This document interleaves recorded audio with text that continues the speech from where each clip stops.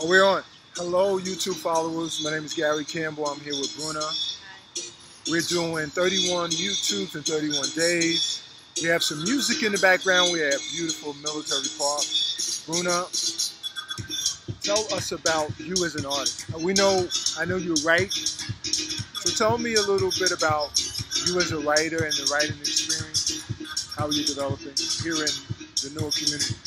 Okay, well, I started writing poetry when I was like a little girl, and I was sort of... Little girl, like 10, 7? You know, yeah, when I was like 8, you know, even a little younger than 10, I would just sort of, I would always crave like little corners of solitude, and whether that meant like a corner in my closet or like some space of solace, like outside in nature, always sort of.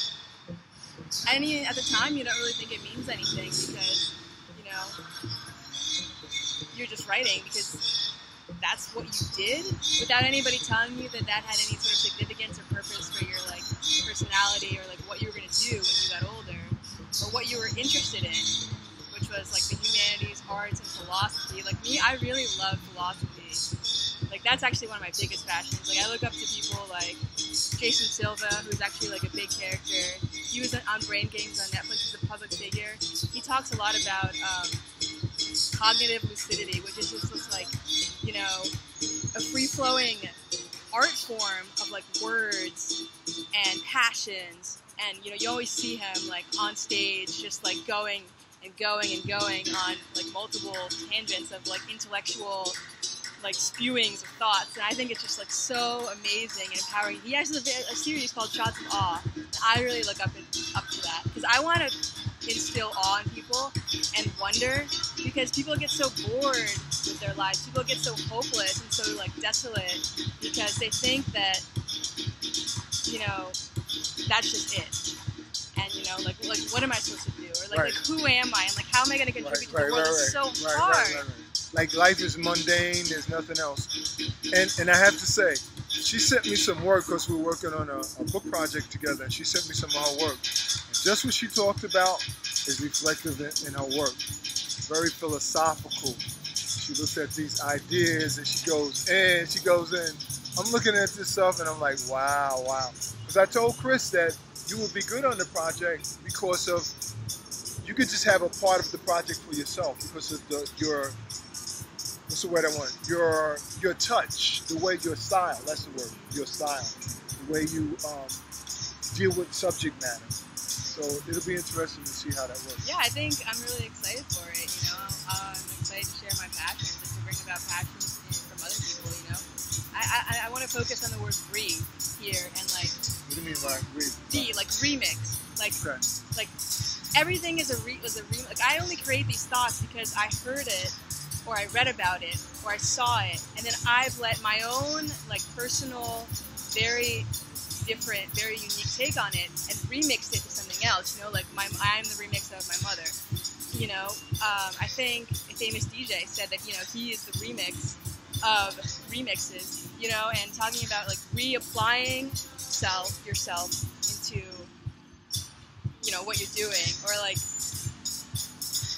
you put your own unique stamp on it, but it's not, it's original, but it's coming from another source because you've been influenced. And I have to thank everybody. I have to thank the world. I have to thank you. I have to thank the butterfly that is flying right there in front of me for, you know, amazing me with sights that I would have never experienced without it. Like, who am I?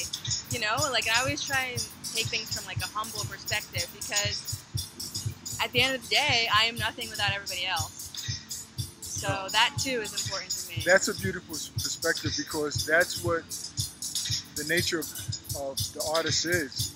They're very spiritual beings. They just don't exist. Although we might have to isolate ourselves to do our work, but anything can connect an idea or spark something that turns into a piece of work or another piece of poetry. And it speaks of the interconnectedness. Right. You're talking about spirituality, you're talking about like everybody being one. And like I see myself in so many people. Like I was just talking about how I was very similar to you know, some of the like the fitness instructors that I've met, for instance, you know, like I see myself in them because, or like my bosses. My boss once said to me when I worked at Coffee Cave, y'all remember Coffee Cave, the historical shout landmark. out John Murray. Yeah, and he said to me, he goes, Bruna, we're kindred spirits, you and I. And then I thought of that, and I was like, you know what? Yeah, we are. You know, like the law of attraction, as it were. So, I mean, that too.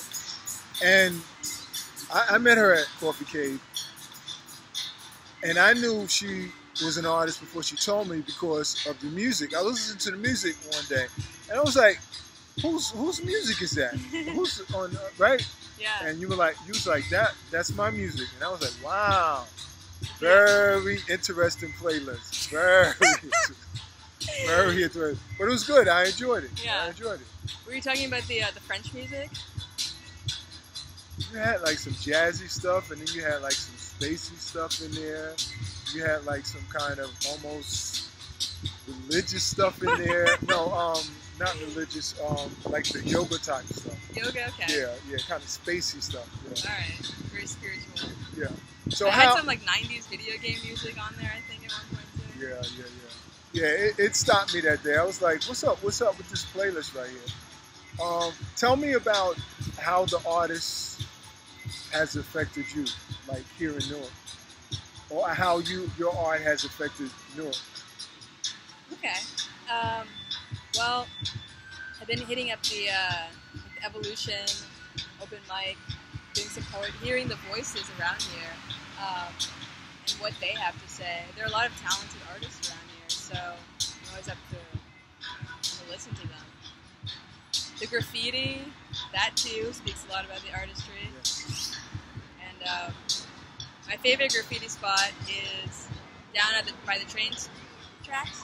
So, do you know exact location? At the park. Okay. The park. Lincoln? No.